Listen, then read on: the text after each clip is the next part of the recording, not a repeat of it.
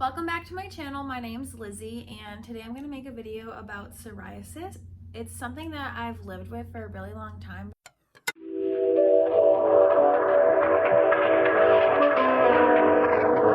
I don't know why I don't really talk about it that much. I guess it's kind of embarrassing. I've had psoriasis for over 10 years. I first got diagnosed with it when I was 12. It first showed up as like patches on my elbows. Psoriasis is an autoimmune disease and it affects your skin, which is your body's largest organ. So a lot of people think it's a skin disorder, but technically it's an autoimmune disorder. Essentially, your skin cells are producing too quickly and your body is kind of attacking itself because it thinks that there's some reason that it needs to speed up the process. And over time, it slowly, showed up other places in my body. I don't have any makeup on right now because I also wanted to show you how I cover up the psoriasis on my face and what products I use.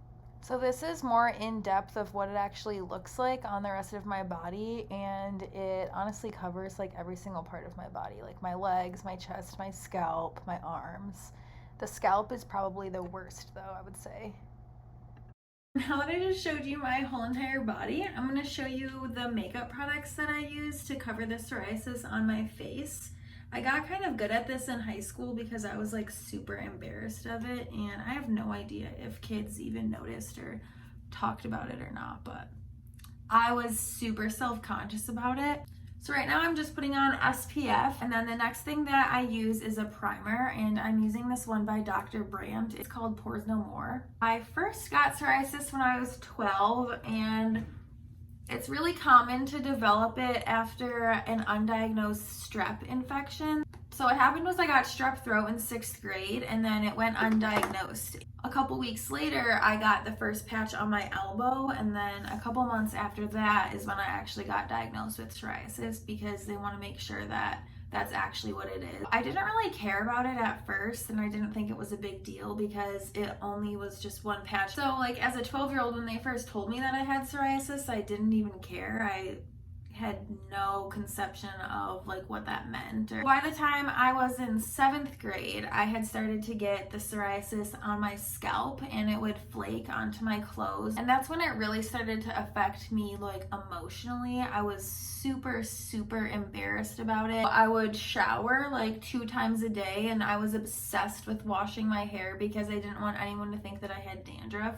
So if anyone ever said anything about it, I would just tell them like, oh no, I have scalp psoriasis, but it was still embarrassing. By the way, the concealer that I'm using is the Bye Bye Under Eye by It Cosmetics. It's supposed to be an under eye concealer, but it's really thick, and I really like it for putting it over the psoriasis patches on my forehead here, and it lasts like the entire day. Now it's kind of gross that I'm using my fingers to apply this, but honestly it just works the best. And I used to use my fingers when I was a kid, and then I got into like makeup brushes and sponges and stuff like that, but I swear to God, my makeup turns out the best every single time when I just blend in my concealer with my fingers. Growing up, I would always use liquid foundation, but I think it's so bad for your skin, and especially in the summer, it really just seeps into my pores and it's gross. This is the It Cosmetics Confidence in a Compact in Fair, and this also has SPF in it. It's not a liquid foundation, it's more like a cream. As I got older, my psoriasis just got worse and worse. I started dealing with some nutritional problems, and I had a lot of stress. My life got more stressful. The psoriasis only got worse.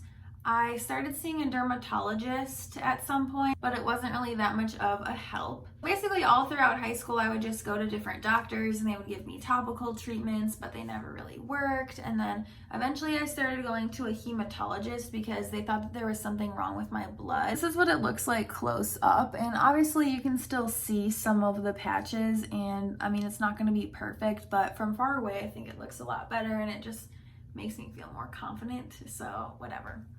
I'm just going to use a little bit of the Bare Minerals to just set the cream products in. Okay, I'm not going to lie, this is like 10 times harder to talk about than I thought it was going to be.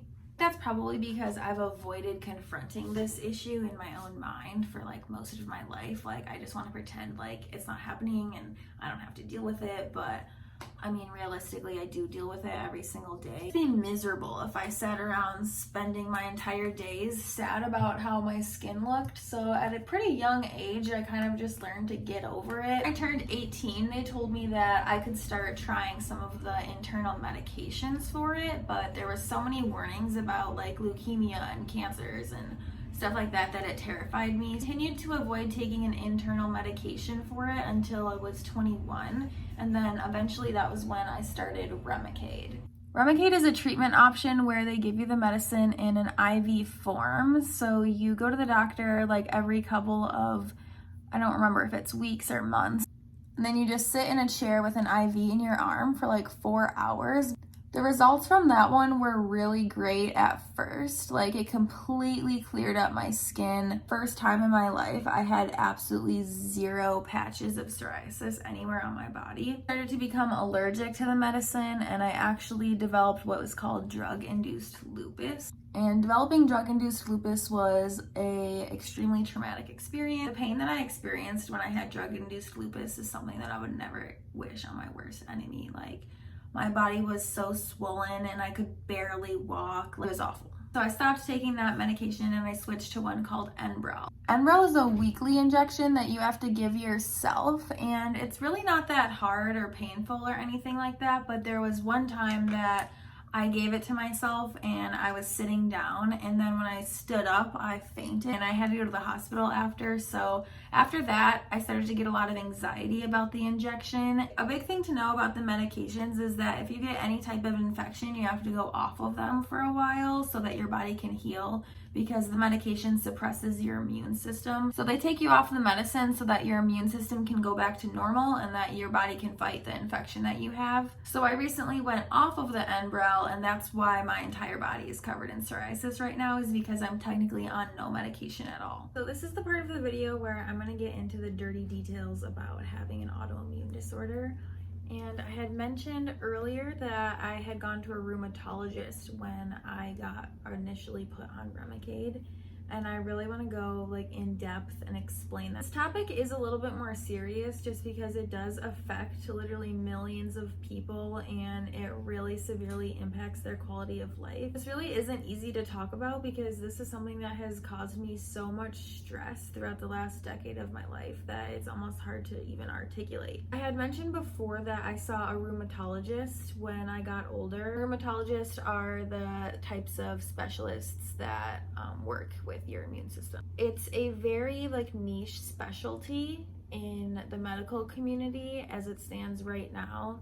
And by niche, I mean that there are like less than 6,000 practicing rheumatologists right now in the entire country.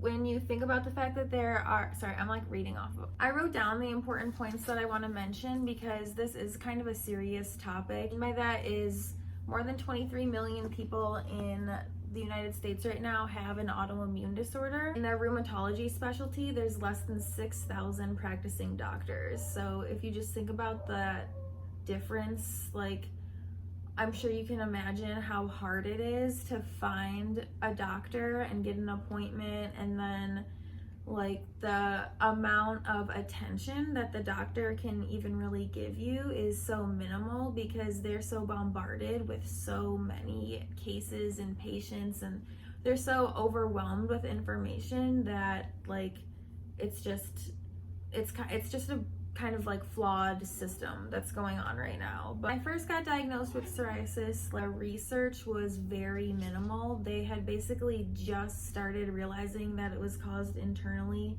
and so there was like one injection that you could go on, and it's called Humira, and a lot of people know what that is because it's been around for a long time. But that medicine is really more targeted towards Crohn's disease.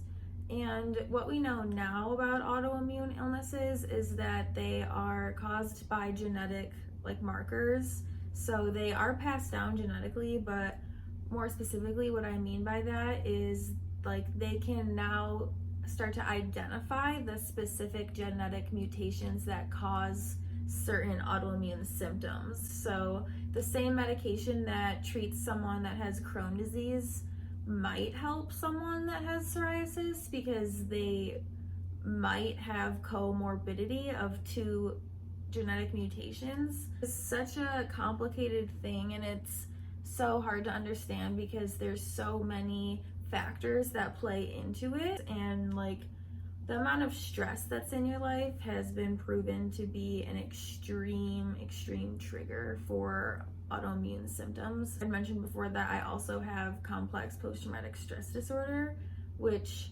just having both of those things at the same time, like scientifically, actually makes a lot of sense, I guess.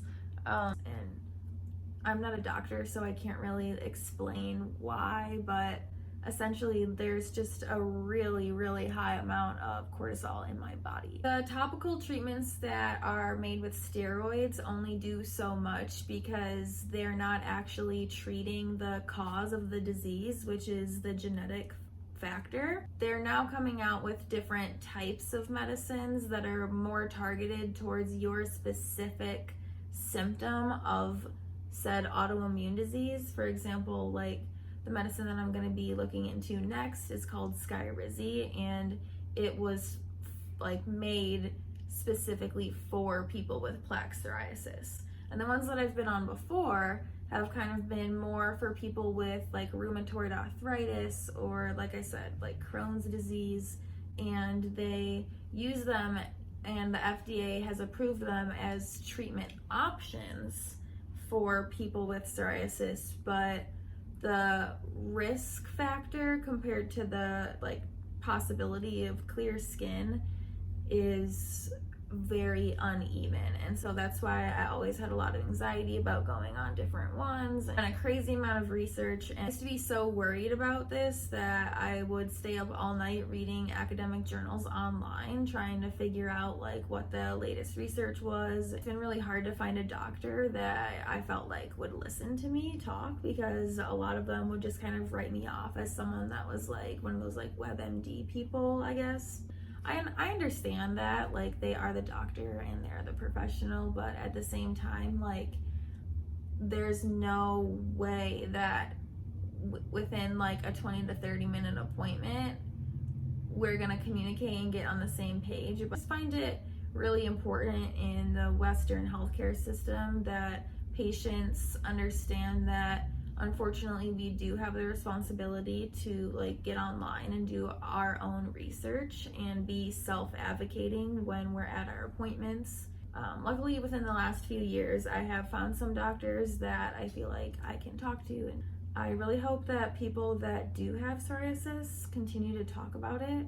I know Kim Kardashian actually has psoriasis, which is a fun fact. When I was a kid, Kim Kardashian talked about it, I think, on the TV show, and I'm not gonna lie, that made me feel like less alone. The reason that Kim Kardashian put her sister's breast milk on her psoriasis is because there is a lot of like nutritional research about treatment options, and like vitamin A and vitamin D have been really proven to be effective in, so I'm pretty sure she did that because there's a lot of like nutrients in breast milk. I just thought that was funny when I was a kid to see. It definitely made me feel less alone to find out that like one of my favorite celebrities had the same autoimmune disorder that I did.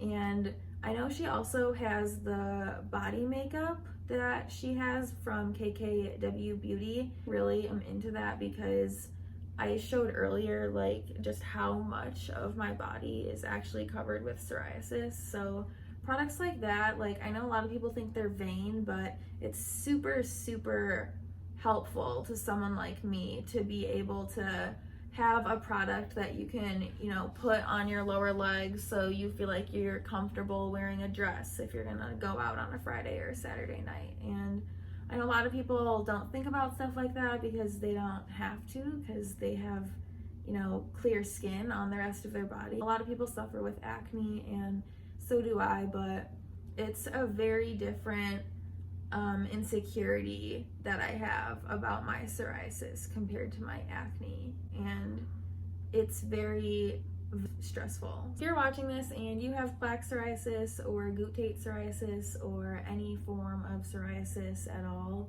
just know you're not alone.